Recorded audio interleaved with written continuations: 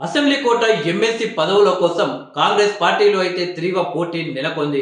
ఓవైపు సీనియర్లు, మరోవైపు జూనియర్ లీడర్లు పెద్ద ఎత్తున ప్రయత్నాలైతే చేస్తున్నారు.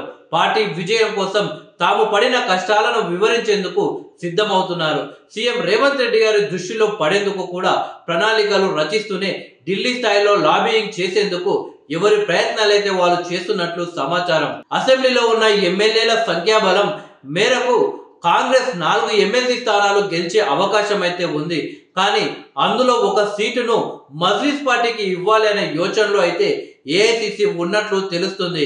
ఒకవేళ మజ్లిస్ కు ఒక సీటు ఇస్తే కాంగ్రెస్ 3 స్థానాలకి పరిమితం కావాల్సి వస్తుంది.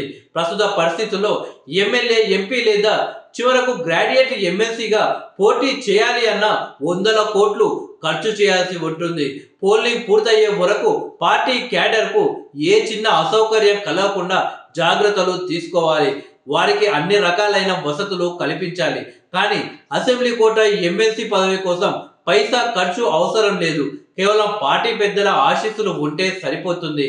ఏకంగా 6 ఏళ్ల పాటు పదవిలో కొనసాగవచ్చు.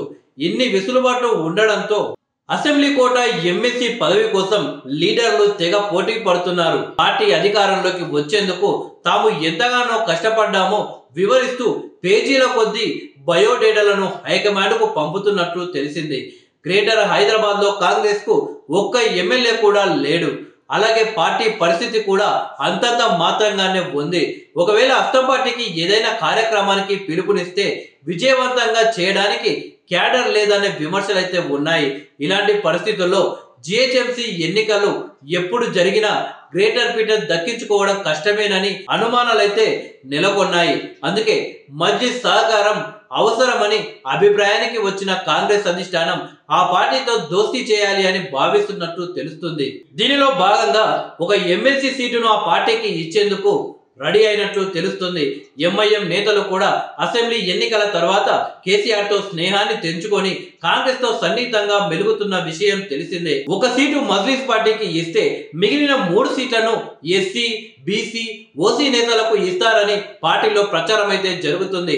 అయితే ఆశావాహులు ఎక్కువ సంఖ్యలో ఉన్నారు. వీరిలో అసెంబ్లీ, పార్లమెంట్ ఎన్నికల్లో పోటీ చేసి ఓడిపోయిన వాళ్ళే అత్యధికంగా ఉన్నారు. ఆ లిస్ట్ లో ఒక లీడర్ కు ఛాన్స్ ఇస్తే మిగతా నేతల నుంచి డిమాండ్లు, అలకలు వచ్చే ప్రమాదం అయితే ఉంది. అందుకే గతంలో పోటీ చేసిన లీడర్లకు ఎమ్మెల్సీ పదవి ఇచ్చేది లేదనే నిర్ణయానికి ప్రభుత్వం అయితే వచ్చినట్లు సమాచారం. కానీ కొందరు సీనియర్లు పట్టు వీడకుండా ఢిల్లీ లెవెల్లో లాబింగ్ చేస్తున్నట్టయితే గాంధీ భవన్ వర్గాల్లో చర్చ అయితే జరుగుతుంది.